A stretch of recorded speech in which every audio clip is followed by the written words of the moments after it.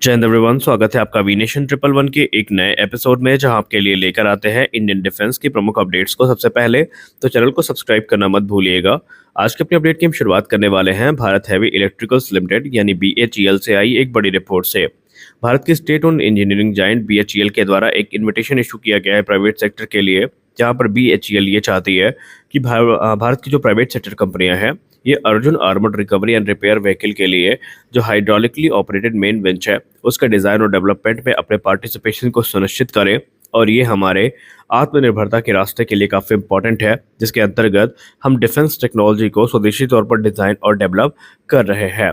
अगर हम proposed winch system की बात करें तो यहाँ पर हमें 50 टन का सिंगल लाइन पुल कैपेसिटी देखने को मिलेगी, जो कि अर्जुन ARRV के लिए काफ़ी ज़्यादा इम्पॉर्टेंट मानी जा रही है। और ये प्लेटफॉर्म को इनेबल करेगी कि जो क्रिटिकल रिकवरी ऑपरेशन है फील्ड में, इसको ये पूरा कर सकें। इसमें आपको डबल कैप्स्टन टाइप जो बेंच डिज़ाइन है वो देखने को मिलने वाली है, जो कि ऑपरेशनल फ्लेक्सिबिलिटी और कंट्रोल को ऑफर करेगी, खासकर अगर हम बात करें हाई लोड रिकवरी सिनेरियोज की। तो अब यहाँ पर जो डिज़ाइन और डेवलपमेंट प्रोसेस है ये स्वदेशी तौर पर आगे बढ़ाया जाएगा और ये सिस्टम कॉम्पैक्ट रहेगा। इसको कॉम्पैक्ट करने का पूरा प्रयास किया जाएगा और जो लिमिटेड अवेलेबल स्पेस है उसके अंतर्गत ही इसको इंटीग्रेट करने की कोशिश यहाँ पर की जाएगी। और इसीलिए जो BHEL ये चाहती है कि जो प्राइवेट सेक्टर कंपनियां हैं वो आएँ और अपनी एक्सपर्टीज़ को यहाँ पर प्रदर्शित करें और BHEL का सहयोग करें। हमारी अगली बड़ी अपडेट आ रही है BEML से। BEML लिमिटेड के द्वारा ये अनाउंस किया गया है कि उन्हें 20 की संख्या में डेट्रैन 1500 हॉर्स पावर के जो इंजन है इसके ऑर्डर प्राप्त हुए हैं, जो कि देश के मेन बैटल टैंक में इस्तेमाल किए जाएंगे।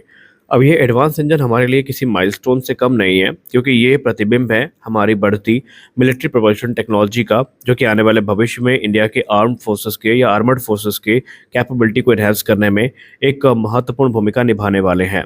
अगर हम डेट्रैन 1500 हॉर्स पावर के इंजन की बात करें तो ये बहुत सारे वेस्टर्न प्रोपल्शन सिस्टम को सीधा टक्कर देते हैं और ये अपने हाई पावर आउटपुट के लिए जाने जाते हैं और अपने सोफिस्टिकेटेड टेक्नोलॉजी के लिए भी जाने जाते हैं।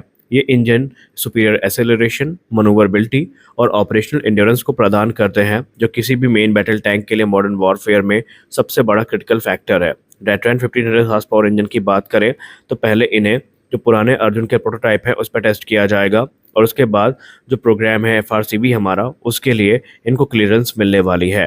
अब अगर हम डेट्रैन 1500 हॉर्स पावर इंजन की बात करें तो इन्हें state of the art features से इक्विप किया गया है, जो कि इन्हें काफ़ी एडवांस टैंक इंजन के तौर पर प्रदर्शित करते हैं। और यही कारण है कि भारत का जो इंटरेस्ट है अब स्वदेशी इंजन पर काफ़ी ज़्यादा गहराता जा रहा है और संभावित है कि यही स्वदेशी इंजन आने वाले भविष्य में हमारे जो आर्मर्ड रेजिमेंट हैं उनकी जान बनेंगे। अब इसमें कुछ की फीचर्स भी हैं जो सामने रखे गए हैं, आइए एक बार उनके विषय में बात कर लेते हैं। डेट्रैन 1500 हॉर्स पावर के इंजन की अगर हम बात करें तो सबसे बड़ा फीचर्स में जो देखने को मिलेगा वो इलेक्ट्रॉनिक वार्निंग कंट्रोल होगा, जहां पर इसे एक इलेक्ट्रॉनिक वार्निंग सिस्टम से इंटीग्रेट किया जाएगा, जो कि इंजन परफॉर्मेंस को मॉनिटर करेगा और किसी प्रकार के मेल फंक्शन की स्थिति में या किसी प्रकार की दिक्कत की स्थिति में ये तुरंत ऑपरेटर को अलर्ट करेगा, ताकि जो रिस्क है उसको अवॉइड किया जाए और इंजन को तुरंत मेंटेन किया जा सके। इसके अलावा इसका जो high power to weight ratio है ये एक महत्वपूर्ण भूमिका निभाने वाला है और ये एक्सट्रीम कंडीशन में भी ऑपरेट किया जा सकेगा। डेट्रैन इंजन को लेकर ये कहा जा रहा है कि ये एक्सट्रीम इन्वायरमेंटल कंडीशंस में भी ऑपरेट किया जा सकता है, जैसे कि आपको बता दें कि 5000 मीटर के एल्टीट्यूड तक ऑपरेट किया जा सकता है। इसके अलावा टेम्परेचर की बात की जाए तो -40 डिग्री सेल्सियस से +55 डिग्री सेल्सियस का जो टेम्परेचर है वहाँ पर ये काफ़ी इफेक्टिवली ऑपरेट किया जा सकता है। खासकर अगर हम डेजर्ट कंडीशन की बात करें, जहाँ पर धूल होती है, बालू होता है या फिर हाई टेम्परेचर होते हैं, तो वहाँ पर जो इंजन की परफॉर्मेंस है उसमें कोई हमें ड्रॉबैक देखने को नहीं मिलेगा। इसके अलावा इसमें आपको इलेक्ट्रॉनिक कंट्रोल जो कि CRDI टेक्नोलॉजी है उसके साथ देखने को मिलेगा। जी हाँ, इस इंजन में आपको कॉमन रेल डायरेक्ट इंजेक्शन यानी CRDI सिस्टम देखने को मिलने वाला है, जो कि precise fuel control, improve efficiency और रिड्यूस एमिशन है वो प्रदान करेगा। और सबसे खास बात तो यहाँ पर ये है कि इसमें आपको सेल्फ क्लीनिंग एयर फिल्टर्स देखने को मिलने वाले हैं, जो कि काफ़ी इंपॉर्टेंट है। इसकी रिलायबिलिटी को बढ़ाने की जिम्मेदारी हार्श एनवायरनमेंट में यही फिल्टर्स करने वाले हैं, जहाँ पर ये खुद से अपने फिल्टर में जो डिब्रिश है उसको हटा सकेगा और जो ऑपरेशन है वो निर्विरोध रूप से चलता रहेगा। तो ये जो इंजन है, अब ये इसके 20 की जो संख्या में यूनिट्स हैं ये ऑर्डर की गई हैं और BEML इनको तय किए गए समय सीमा पर डिलीवर करने में सक्षम खुद को बता रहा है। आपको बता दें कि ये इंजन न सिर्फ हमारे अर्जुन प्रोग्राम के लिए इंपॉर्टेंट है, बल्कि हमारा जो फ्यूचर रेडी कॉम्बैट व्हीकल है इसमें हम इंडिजिनस इंजन को ही इस्तेमाल करने वाले हैं, जहाँ पर डेट्रैन इंजन जो है ये अपनी भूमिका को सुनिश्चित करेगा और हमारे future ready combat vehicle programme में अपनी भूमिका को काफ़ी महत्वपूर्ण बना के रखेगा। हमारी अगली बड़ी update defence research and development organisation से आ रही है। डीआरडीओ के द्वारा जो एमका इंजन है, इसको लेकर फिर से एक महत्वपूर्ण टिप्पणी करी गई है, जहां पर एमका इंजन को लेकर डीआरडीओ का कहना है कि इसमें हम सिर्फ 5th जनरेशन फाइटर एयरक्राफ्ट की रिक्वायरमेंट को ध्यान में नहीं रख रहे हैं, बल्कि हमने जो रोड मैप तैयार किया गया है इंजन डेवलपमेंट का, इसमें बहुत सारे जो क्रिटिकल 6th जनरेशन टेक्नोलॉजीज़ हैं, इसको भी इनकॉर्पोरेट किया जाएगा और इसके लिए बाकायदा जो संगत संस्थाएं हैं, उनके साथ बातचीत चल रही है। आपको बता दें कि जेट इंजन डेवलपमेंट प्रोग्राम को लेकर कभी भी बड़ी अपडेट सामने आ सकती है, क्योंकि ये ऑलमोस्ट मीडिया के गलियारों से खबरें जो सामने आई, इसमें कंफर्म हो चुका है कि रक्षा मंत्रालय अब जेट इंजन डेवलपमेंट प्रोग्राम को ही अपना अगला टारगेट बनाने वाला है। जैसे दिसंबर में F414 इंजन की डील को फाइनलाइज कर लिया जाता है, तो उसके तुरंत बाद जो जेट इंजन डेवलपमेंट का निर्णय है वो हमें आता दिखाई पड़ेगा। अब डीआरडीओ की जहां तक बात रही, तो डीआरडीओ चीफ ने पहले भी कंफर्म कर दिया है कि इंडियन एयरफोर्स के एमका प्रोग्राम के लिए वो जो इंजन सेलेक्ट कर रहे हैं, वो सिर्फ हमारी तत्काल ज़रूरतों को ध्यान में रखकर नहीं तैयार किया जा रहा है, बल्कि फ्यूचर की जो नीड्स हैं उनको भी वहाँ पर केंद्र बिंदु में रखा गया है।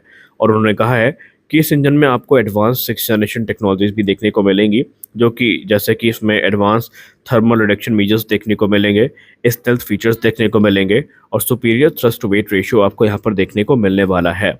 और ये सुपीरियर एजिलिटी प्रदान करेगा एमका को, और एमका की जो हाई एल्टीट्यूड परफॉर्मेंस है उसको भी काफ़ी एनहांस करेगा। और फ्यूल एफिशिएंसी भी काफ़ी इंपॉर्टेंट यहाँ पर होगी, जो कि एमका की एक्सटेंडेड रेंज प्राप्त करने में मदद करेगी।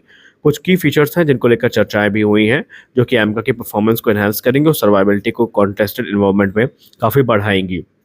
इसमें से सबसे बड़ा जो की फीचर होगा वो होगा मॉड्यूलर आर्किटेक्चर का, जिसका सीधा बेनिफिट एमका के मेंटेनेंस में देखने को मिलेगा। जो मॉड्यूलर आर्किटेक्चर डिज़ाइन है, ये बेसिकली जो मेंटेनेंस और अपग्रेड है, इसकी प्रक्रिया को काफ़ी आसान कर देगी, जो कि नॉर्मली इंजन्स में हमें काफ़ी कॉम्प्लेक्स देखने को मिलती है, लेकिन मॉड्यूलर डिज़ाइन के साथ ये चीज़ें काफ़ी आसान होंगी।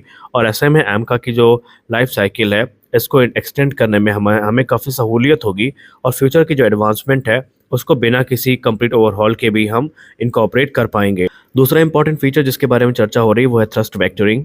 इंजन में आपको थ्रस्ट वेक्टरिंग का फीचर देखने को मिलेगा, जो कि एयरक्राफ्ट को इंप्रेसिव मनोवरेबिलिटी प्रदान करेगा और ये हाई एंगल ऑफ अटैक में भी जो मनोवरेबिलिटी है और उसको प्राप्त करेगा और काफ़ी स्टेबल रह पाएगा।